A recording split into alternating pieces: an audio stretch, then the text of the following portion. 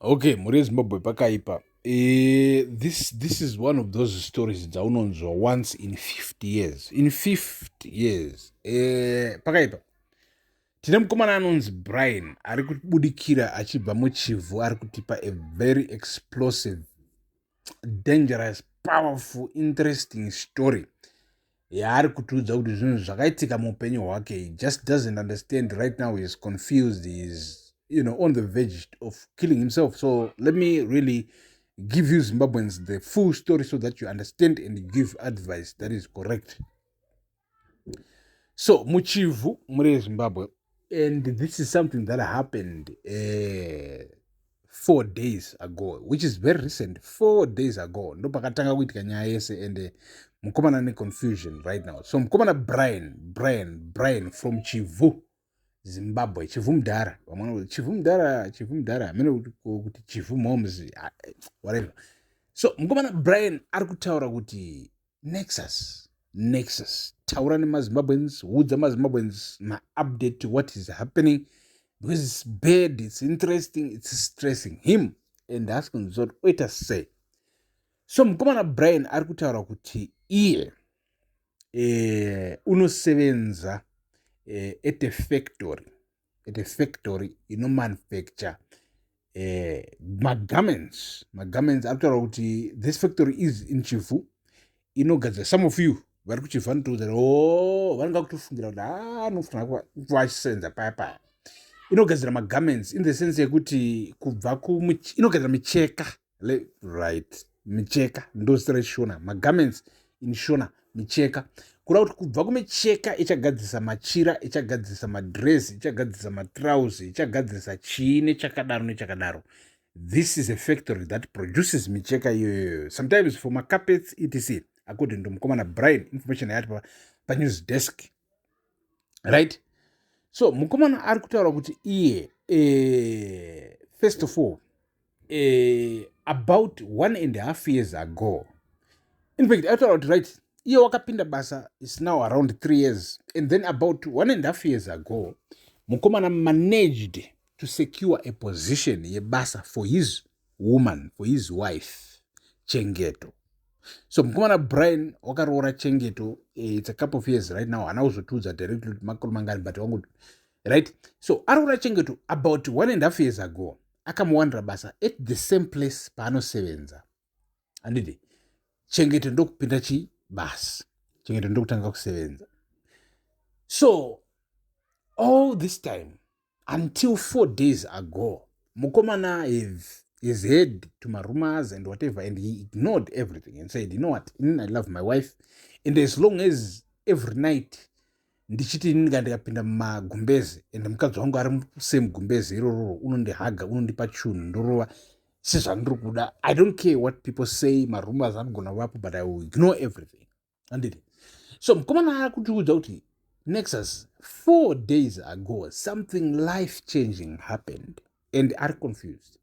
So mukomana ari kutaura kuti kubasa kwake kwakauya a new supervisor, and this new supervisor kubasa kwake akauya like 6 months ago, which is it's kind of, it's half a year, it's a long time ago, it's not, but it's some time ago. 6 months ago kwakauya umwe mukomana kubasa kwake, kubasa kwa Brian, adidi.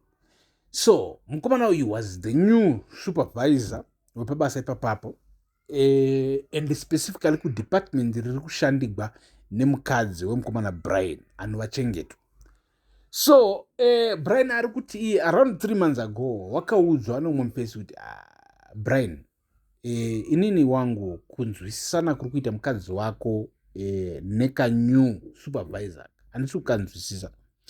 Vari kutorana, vari kuenda kutoilet, and then vonokupedzerana 30 minutes, like they go to the toilet at the same time, and then vopedza 30 minutes vari kukoko, and then vosodzoka, and then one time mukomana witnessed chinew supervisor chichitorova mukadzi wemukomana Magaro, like direct kuti mukadzi akamba makayaka kaunongopfuura ungoti dakuri mwana uri wakamba makudakuri mwana iwe uri kurova dakuri mwana mukadzi wemwana muchita sei. And so mukomana ari kuti akaudzwa with one of his friends around 3 months ago kuti iwe ndaona mukadzi wako andisikunzwisisa chii, but mukomana he was just like wangu chimomira kuspreada conspiracy theories. And then friend ndobva yangoseka ikati you know what, I'm sorry bro, ndangotaurawo, I was just saying, mukomana adu ndobva tosiyana nazo. Now 4 days ago mukomana ari kutaura kuti 5 dzakachaya, and then mukomana that was time kuchaisa. Mukadzi wake probably unochaisa na 4, so by half 4 anenge ari paden most of the days, and mukomana kutaura kuti iye unochaisa na 5, and then kuchaisa kwake katata 5 akabva asvika paden ndokuona kuti mukadzi wake haako kupi kuden. Mukomana ndobva anetseka ndobva iwe zvizvi zvichiitika, mukadzi apo paden etc, but mukomana wakadecide kudi kuchila, kukula down. So mukomana ari kutaura kuti dzakuti 7 mota yamanager vaiva the new supervisor babasa yakabva yasvika yamira pagedhe. Ichimira pagedhe mukadzi wake Chengeto ndokuburuka muya. Mukomana, that was surprising, that was disturbing. Mukomana ari kuti Brian akabuda ndokunomira pagedhe, mukadzi wake achitobuda mumota yamanager wake. Mukadzi ndokutoya kuti sorry, you know what, tatine extra work yatazonoita kune another factory etc. Mukomana ari kuti he didn't believe that, but he decided peace. He decided to not say anything, to not act on anything. He decided kungochila, kungokula down. But now he was extra watchful, and this is important, extra watchful, right? So mukomana ari kuti, this is 4 days ago. Mukomana ari kuti when he decided to say, you know what, something might be happening behind the scenes, mukadzi wangu chichiri kuitika 80, but haana kutaura, haana kubudisa mukadzi wake pachena kuti wangu handichakutrust iwewe. Mukomana wangu kula down. And then mangwana akasvika, which is 3 days ago, mukadzi ndokumukira kubasa, ndokuita yese. So mukomana ndokumirwa kubasa, ndokunosenza. But mukomana ari kuti mission yanga yava different. Now his mission was to watch his wife moves and make a conclusion. So mukomana ari kuti dzichiti 1, because I mean my married couples gather here, you know this. If you are a married couple, most likely, most probably, it means mune the same lunch, and it grows zviri mulunch box yako ndo zviri mulunch box yemukadzi wako. But mukomana ari kuti during lunch, rather than kuti vanogara kucafeteria kwekambani yakugadzira micheka iri muchivhu, mukadzi wake was nowhere to be found. So mukomana decided kuti you know what, kana zvakamira zvakadai, regai tsvagurudza mukadzi wangu. And his first initiation was like, regai ndiende kuoffice kwechisupervisor chitsva ichi. Mukomana ari kuti akaenda kuoffice yechisupervisor chitsva ichi, and to his surprise paakanoka kuoffice wakavhurigwa nasupervisor aya, and achivhurigwa achitasa mukati, he saw kuti mukadzi wake was in there, and mukadzi wake, she was eating a whole different lunch. Papane chicken, papane chichi, takeaway angatengwa from local restaurants muchivhu. Mukomana ari kuti he confronted his wife with, iwe, what is happening here? Unogodla kuri special kwese uku, isitabva tabika zvatabika kudeni. What is happening? And then mukadzi wake ari kunzi in that moment wakamudza kuti no baby, just join, ingodla zvatiri kudla, wosiyana nezvinji kuti bvunza tomubvunzo, just eat this. So mukomana ari kuti akakabira ndobva atanga kudla nyama chicken, ndokudla tumasalad atiripo. But in his heart he wasn't satisfied. Wakadinwa, wakatsamwa, wakagwadziwa nazvo. This is 3 days ago now, handiti. So mukomana Brian ari kuti after he did that, adla chikafu chachanzi adle nemukadzi wake Chengeto, handiti, arikuda ana new supervisor. After that, he went back home. So you can see this is a patient man. He went back home. But then Chengeto musuoyo, which is 3 days ago, akasvika at 7:30 dzemanheru. Do you understand? 7:30 Chengeto ari kupindira. Chengeto achipindira at 7:30. Mukomana wagwadziwa, mukomana akati, Chengeto sha, is this still a marriage? Tell me what is happening. Ndibudire pachena. it's painful, it's hurting me, etc. Chengeto ari kunzi she managed to comfort mukomana Brian. Don't worry, there's nothing, blah blah blah blah blah. Mukomana ari kuti he wasn't convinced, but he had to take it. He had to just accept it. So now 2 days ago, mukomana got sick nemudumbu wakatanga kuhudha muhudo. Mukomana ndokutanga kuhudha. Mukomana ndokuenda kuchipatara. Achienda kuchipatara, mukomana thought it was serious. As a matter of fact, Chengeto was somehow involved mukumuendesa kuchipatara. So mukomana thought it was serious, but unfortunately achisvika kuchipatara, it just took like 2 hours, and then manesi ariko akati iwe diarrhea yaunga unayo, it's because you ate something bad. So manesi was like, maybe wadla chikafu chakavora, chikafu chagarisa or whatever, but diarrhea yaunga unayo yadi yapera, go back home. This is after 2 hours. This is 2 days ago. So mukomana ari kutiudza kuti time dzakanzidzokera kuti ende.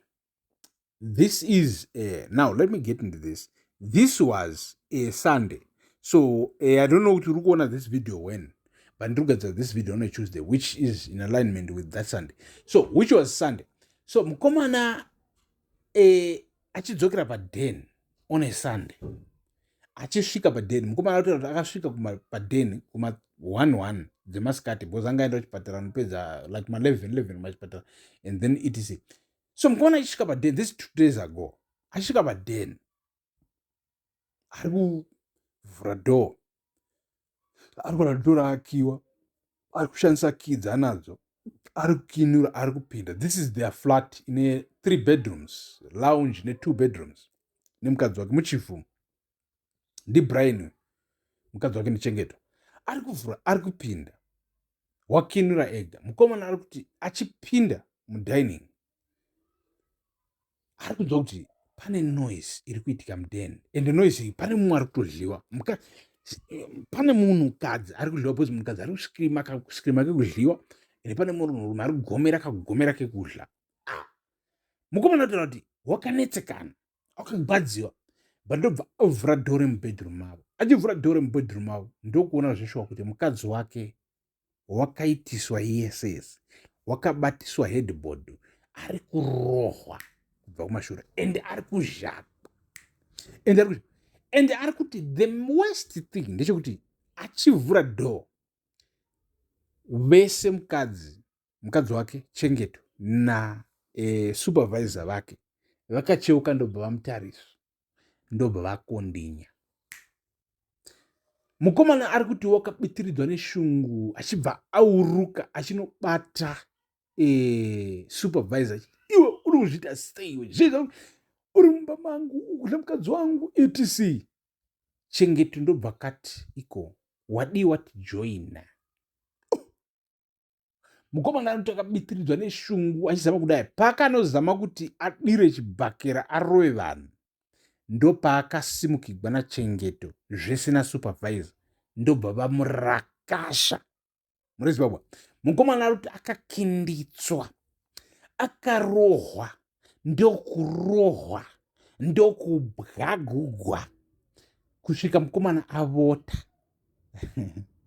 Kurohwa zvakaita izi. Mukomana ari kuti wakanzi kumbira ruregerero.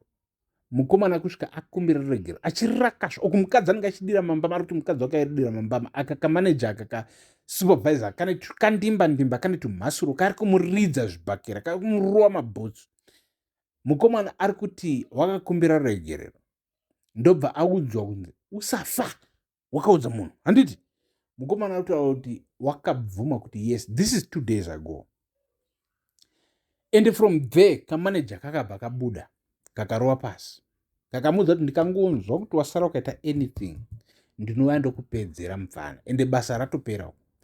So mukomana ari kutiudza for the first time kuti muri Zimbabwe ndakabitiridzwa neshungu, ndiri kunetsekana, ndiri mumagwadzo, mukadzi wangu ndomuda, mukadzi wangu unondibata zvakanaka. So inzwai mununzwe, Chengeto after manager vaenda, ari kunzi wakatora mukomana Brian ndokumugezesa, ndokumutova.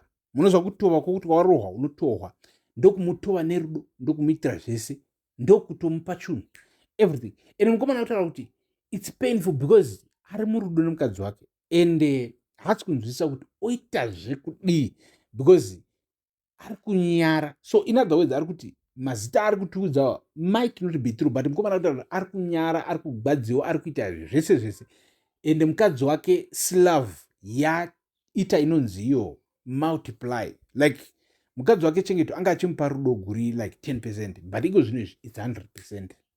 Zvino kuti wakudiwa most, wakubatwa zvakanaka most after mukadzi wake nechikomba chake vamurova. So mukomana haasi kunzwisisa kuti otangira papi, obata poi, oita sei. Ari kubvunza mureZimbabwe kuti zvii zvandosangana nazvo, ndoita sei, ari kuchema mureZimbabwe. So pindai mucomment section, mukomana achanga arimo mucomment section, ndichange ndirimo mucomment section, maZimbabwe achanga arimo mucomment section, kuti anzwisise kuti maadvices amuri kupa ndei kuti chii. Rugare ngaruve nemi mureZimbabwe. Peace.